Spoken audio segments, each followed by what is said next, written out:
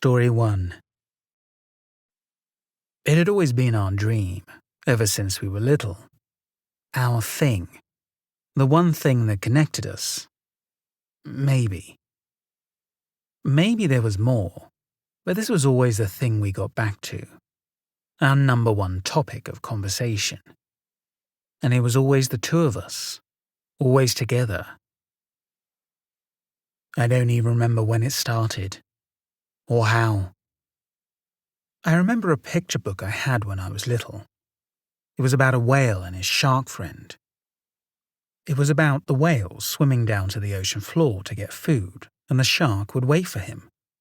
Until one day, the whale didn't come back up. There was just a trail of bubbles left at the place he would always rise to. The shark went down, following the trail of bubbles. Now, at least, I'll go down to eat. Or something along those lines. Thinking about it now, it might have been a bit morbid. Thinking about it now, I understand why my mother got mad when I took the book to kindergarten. Maybe I shouldn't have, after all. She never talked much, but then again, neither did I. I don't know why I did it. Maybe because the other kids were all too loud. Maybe because we were both alone. But I just sat next to her, with my book, and we looked at it together. Maybe that's where it really started. Maybe she brought into our friendship. Maybe I did. And when we got older, we made it a pact. Study marine biology. Get into the same program. Find the whale, we used to say. Addie was smarter than me, always had been. Got into a better college, got offered better internships, better teachers, better programs, better jobs. But she settled because we promised. She settled again and again until someday she didn't have to. Because this time it was her intelligence that got both of us into a great program. I don't think I ever really thanked her for it either. Maybe she will see this as my thanks. Because in some way, this is Addie's story, not mine. It was a few years back. She had just finished her fellowship, before I did, before anyone from our year did. And she stayed in the station we had started in, because of me. So, I worked below her, for quite a bit. Not that I ever minded. Addie was probably the coolest boss I had ever had. But somewhere, it felt weird. She had noticeably more of a word than me, in anything. What she said was listened to. When I tried to talk, barely people even bothered to listen. If I wanted to say something, it had to be in a written report, in flawless form, or else I could be sure it would be discarded without a second thought. It was difficult. And I won't lie and say I was never jealous of her. We started in the same spot, yet she had come so much further in the same amount of time. And she still kept settling. She got an offer to work a leading role in a prestigious research station. She declined, wanted to stay. She got an offer to go to Japan to research whales. She declined if I couldn't come. And then, they offered her own program, a lab under her command, to expand on the research she started during her fellowship. I couldn't come along. Because I was only a fellow, they didn't have the money to fund me. And she couldn't pass up on this opportunity. She left, and I stayed behind to finish my studies. She was a year into her project when I came to join her. A year that we hadn't seen much of each other, and a year that I spent putting my strength into engineering, building, modifying and specializing in equipment. One of which was a deep-sea manned drone that Addie requested for her project. "I'm finding the whale," was basically the first thing she said when I arrived at her station. She was exploring the depths of a crack in the ocean floor, looking for a creature people had seen hints of for ages. She was convinced that she had narrowed it down, that she was the one who could find it. But they needed my drone. That was, I think, the first time she showed me the pictures that all of her remote drones had sent back. Darkness, particles floating around the deep waters, only lit by the weak lamps attached to the drones themselves. The odd jellyfish, some creatures I had maybe seen once or twice in my life. And that was enough to impress me. Translucent bodies, bioluminescent creatures, the sheer darkness. But she didn't seem satisfied, and when I sat back from the monitor, she pushed me back towards it. Take a closer look. At first, I didn't understand what she was talking about. The depths were pitch black, not even the light of the drones enough to push through the thick film of darkness. Particles floating about the waters, algae, the tiniest hatchlings carried from all across the seas.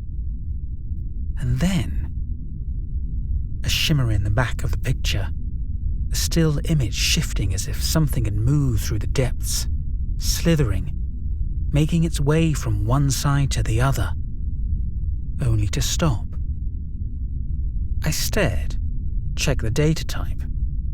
It was a picture, a JPEG, nothing that should be moving. I glanced at Addie, but she was just watching me. Her arms crossed, bearing no sign of whether she had seen the same. The sinking feeling of being watched burrowed into my guts, a twisting sting that got my heart beating harder against my chest. I could see it, out of the corner of my eyes, approaching, all too slowly. But when I turned to face the screen again, there was only darkness. That was the first time she told me none of her drones had actually returned. Addie was deep in her project, working every second she was awake. I never saw her outside of the lab. And she had me working almost just as much to get the drone ready. She needed it to go deeper. She needed constant live communication, live documentation. She needed to have free rein. She needed it to be mobile and quick. She needed it to last long. I followed her wishes, even if I didn't like what they implied. I followed her wishes, even if I stared into the darkness every night. And every night, it began to move. Every night, the darkness shifted, growled, even if I tried to stay away from it. Every night, the space around me tightened and something came in closer. It was watching me from the depths, keeping enough distance to stay obscured by the darkness. I could smell its breath, the foul stench of rotting flesh. I could feel the mass, and when it shifted, it was everywhere. And every time I turned away or tried to forget about it, it crept closer. After a few days, I noticed her eyeing the drone more and more often. By the time I got closer to finishing, she barely ever left my side, asked too many questions about the controls. It shouldn't have been as much of a shock when she said she would pilot it down herself, but still, I would have never expected her to. Would never have thought she was so… Yes. What? Stupid? Maybe it was stupidity. I never found out if she knew what she was looking for, what was waiting for her down there. We had one last check.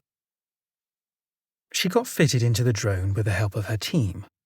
Hooked up to comms, we tested out the cameras again, tested out the microphones in and outside, the delay of communication. There was a tick in the connection, a steady clicking that seemed to pull through every channel. Maybe an issue with the microphones, maybe on the receiving end. Nothing would make Addie push this any further back. I watched her as she went down, as the waters got murkier, darker. People began to leave when the crack came in sight of the cameras. The lab, slowly emptied out. Addie steered towards a spot she seemed to know led further down. She was silent, concentrated. The camera only showed her cabin from above, her back, the controls, and part of the front glass in sight. The image suddenly got darker as soon as she dove down into the canyon. Stone walls slowing the drone on either side. The sound the outside microphone gave off became a steady, deep hum. The walls were so close around her, it barely seemed like the drone would fit. But Addie seemed to know what she was doing, as if she had plotted the route beforehand.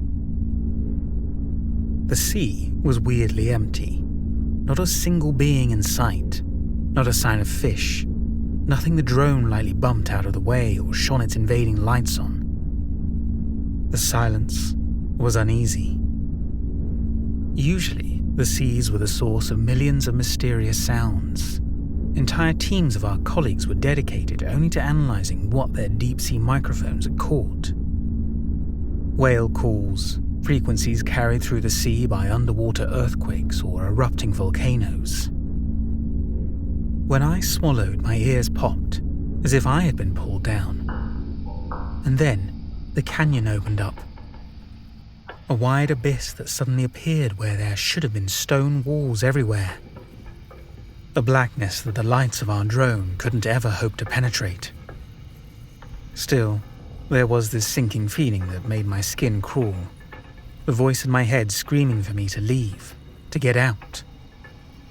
The feeling that I wasn't alone, that we weren't alone. Even if it wasn't really me down there. The same feeling that left me unsure whether the shift I saw in the darkness was something moving, or just a figment of my imagination. Like the shadows in the corner of your eyes when you stared into nothing for too long. Addie shifted in her seat after the pause she had taken. I still remember my eyes snapping to her fingers as they moved along her controls, just because I saw the movement. "This is it," she said. And then she pushed the stick forward, gliding further into the abyss. I was alone in the lab by then, the rooms behind me empty and quiet. It was never quiet in the lab. But without Addie's supervision, all the equipment had been turned off. The last noises being the hum of the computer I was sitting at and the constant splashing of waves against the platform we were built on. Something came into view of the camera, reflecting back the light. Metal parts, shards of glass somehow floating around the water, when they should have sunken to the ground. I don't know if she couldn't hear me, or just ignored me when I told her it would be better to turn around. The drone began to creak, the metal plates aching under the pressure of the depths. It was an awful noise, slow and deep, as if something was groaning, begging for release. I turned to check the depth meter, but the digits were spinning backwards, no longer measuring how deep they actually went. I couldn't tell the limit anymore, couldn't tell when our connection would drop when she was too far. But the next sound I heard was not the groaning of the metal. It was a growl, slow, almost a rock slide echoing through the dark. The light of the drone flickered. The motor stopped. Addie glanced around, slammed the stick forward a few times, but the motor stayed silent. The only indication whether she was actually moving, gone. And then, the lights went off. The screen, dark. It must have been that moment that I was sure I would never see her again. That moment that my heart sank and laid as heavy weight in my stomach, making me sick. The feeling didn't leave, even when Addie's emergency lighting went on. Something moved, right outside the drone's front, caught in the red emergency glow. Addie sat just as still as I did, not wanting to be seen, hoping for a miracle. But it had closed in enough, snuck close without a sound in the dark. It slowly drifted by, almost as if it were just passing, just there by chance. The skin pulsated with the blood rushing through the deep giant's veins. The only movement once its skin filled out the entirety of the window. And then, its eye came into view. A dark orb the size of the drone itself. The pupil was wide, taking in all the light it could, shrank down into a horizontal slit when the light of the drone fell into it. For what felt like forever, it stopped, lingered, its eye twitching around the outside of the drone, taking in everything, up, below, to either side. I was holding my breath. The camera outside the drone showed little more of the creature, but behind the enormous head, somewhere in the dark, it caught more, swirling around the depths, moving, as if detached from the body. "It's beautiful," I heard Abby whisper. As if it heard her too, the monster's eyes snapped to Addie, took her into focus. The drone shook. Something crushed the top outside camera with what seemed like barely any force. The metal screamed, but it was the glass in the front that shattered. I watched the water rushing into her, the pressure sucking it into any space still filled with air. She was still strapped into her seat, but even if she hadn't been, where would she have gone? The microphone of her headset was close enough to record the cracking of her bones, even through the water, when her chest was pushed in. Deformed, the air in her lungs forcefully pressed out of her. When her skull caved into the pressure, her jaw knocked out of its joints pressed off so far, the skin at her face began to tear. The blood hanging in the water was little more than a black smear, filling out what was once the cabin of her drone. I could barely see anymore. Not that I wanted to. But I did still see the shadow moving, the tentacle snaking its way into the cabin, snatching her out with no care. Her head got caught on the edge of the broken glass front. One more harsh crack and then the microphone gave out. The cable ripped off along with her head. An empty expression through the torn skin and fallen-in eyes when it turned to face the camera. I still saw it diving back into the dark, taking her with it. I still saw it push through the water, 8 massive arms folding out, pulling it towards the drone for a moment, only to show the massive beak, the hole with no end at the center of his underside, where all of his arms came together, clacking at me, as if in warning. Then, it shot off into the distance. I don't remember how long I screamed for her, or when they found me. I only came back to the lab once. They had found the drone, miles from where Addie had gone down. The water had washed out her blood, taken everything of hers. And all I could and can still think about is that I never should have repaired that drone for her. Before I continue to the next story, I just want to say thank you for choosing to watch this video, and I hope you're enjoying my narration. If you are, please go ahead and hit the like button, leave a comment on this video, and if you don't already, subscribe to my channel. Story 2. My mother had always been a busy woman, not much for love or family. The job came first, before me, before her ex-husband, before stability. So I ended up having to care for myself most of my life. When I was a child, my mum travelled a lot for work. I was too young to be left alone, and she didn't really have people to dump me with. I never really understood what she did, other than that she had to do research on something. We would always live in research stations. I more or less grew up in labs and surrounded by white coats. But I did get to see a lot of the world. We stayed on islands, in forgotten places, in abandoned towns and little villages where people didn't speak our language. I saw different skies every night. Some were really polluted, others as clear as you might ever get. And some seemed fake. Screens, LEDs placed somewhere high above, somewhere in a ceiling that I couldn't see. I would often think about them, the fake stars. I still do, sometimes, because life was easier when I still occasionally saw it. More certain. The only friends I ever had were children I could barely talk to, children who knew different words than I did. They were brief and fleeting friendships, gone as quickly as I was. I never got the chance to keep in touch anyways. Sometimes I wonder, what happened to all of them? All the children I used to sit in the mud with or throw stones into a pond with. Where they are, whether they would remember. There's a couple that I remember especially well. Twins I met in Australia. One of the few places we went where I was understood when I spoke English. They took me to school with them.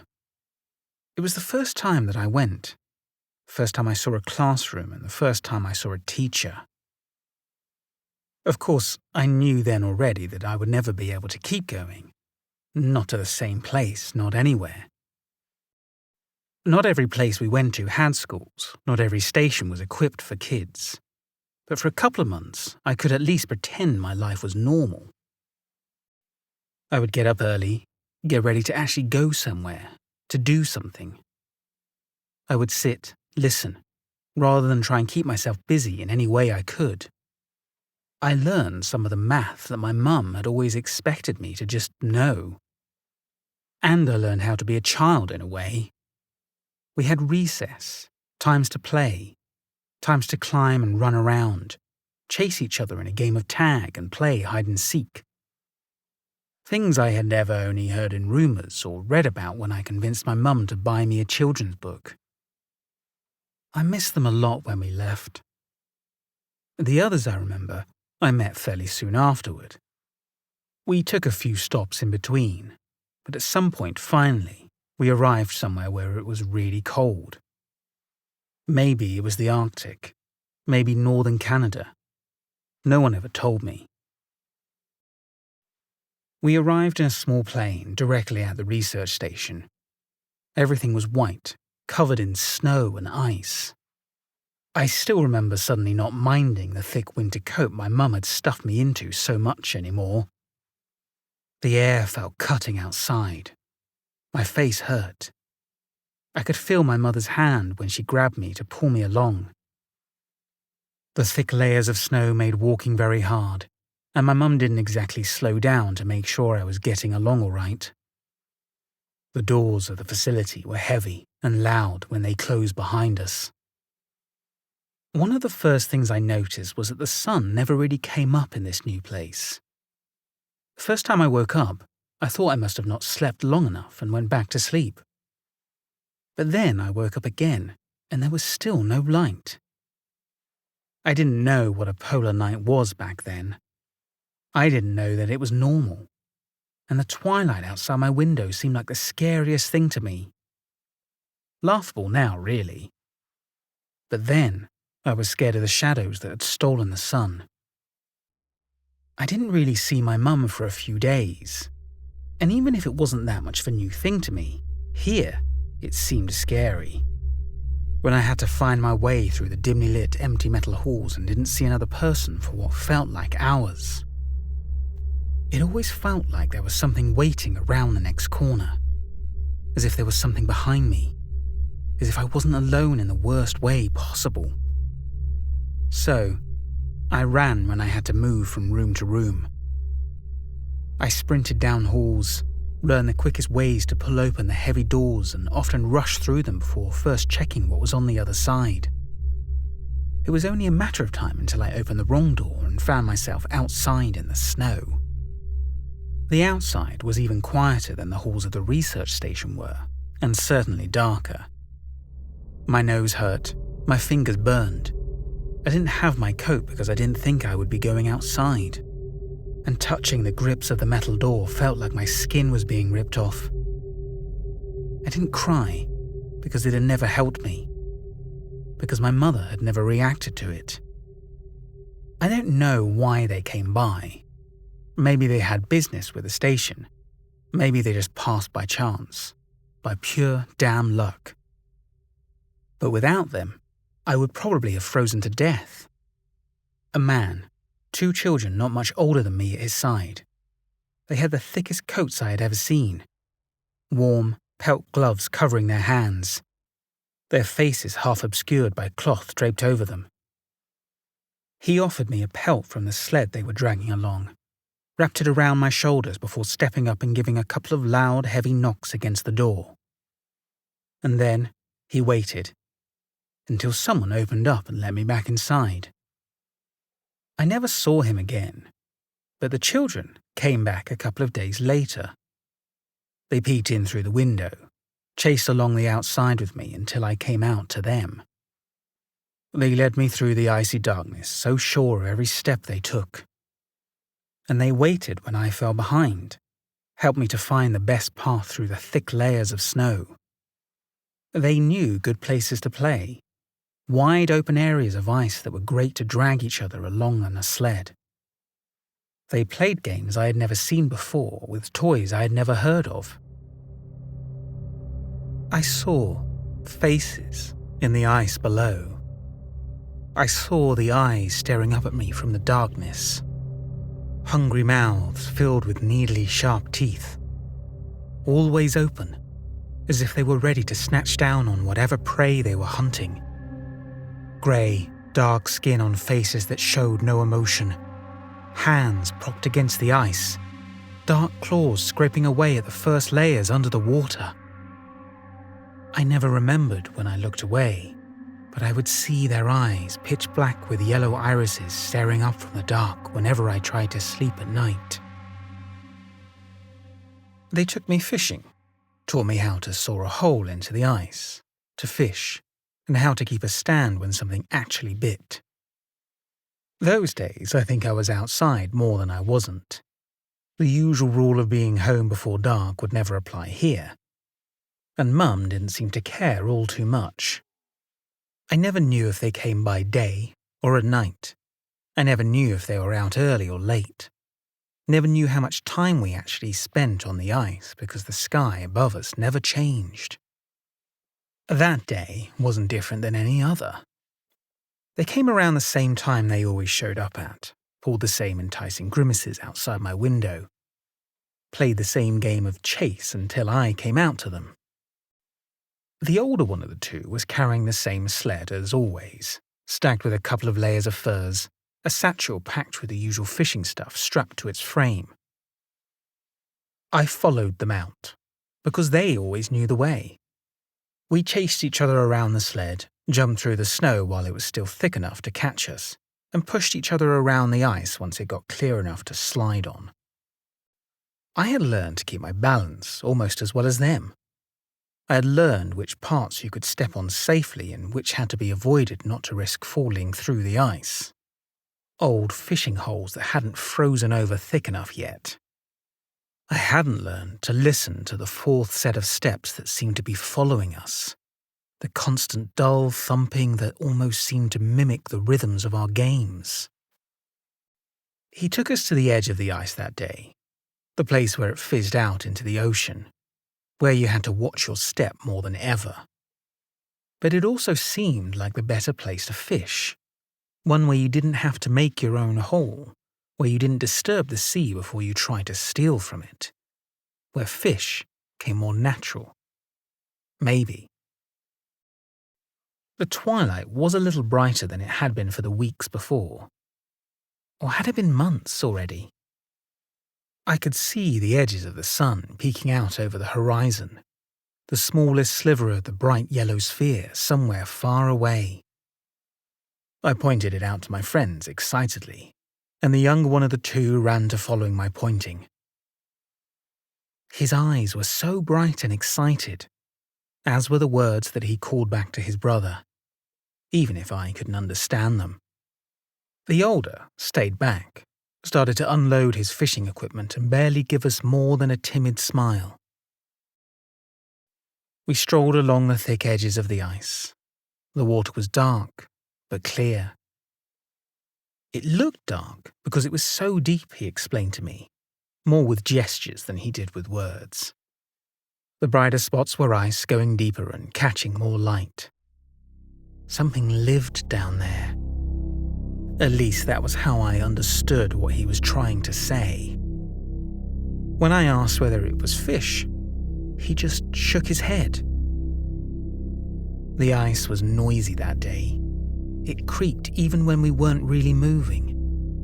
There was a knocking sound, deep and harsh, as if someone was pounding their fist against a door. At first, we thought it was his brother, using the techniques he had shown us before, using hollow spots in the ice to carry signals to people without having to shout and possibly draw the attention of other things. But whenever we turned to him, laughing about the unnecessary contacting, he was busy with something else, while the knocking still continued. A mist started to rise up from the surface of the water, so thin, so low we didn't notice it immediately. It didn't seem much different from the clouds of breath that we puffed out constantly. Thin but lingering longer, white but seemingly heavy with how low it stayed to the ground. And we kept playing, even if we could barely see our steps anymore, even if the ground beneath our feet was obscured and the soles of our shoes began to get wet. We couldn't see the sea stirring in a way it hadn't before, the smooth, still surface kicking up, small waves licking at the ice, carrying away the bit of snow that provided it with grip. One moment, there was fresh air. One moment, it was crisp and stung in my lungs with how cold it was. Every breath made me feel awake and alive.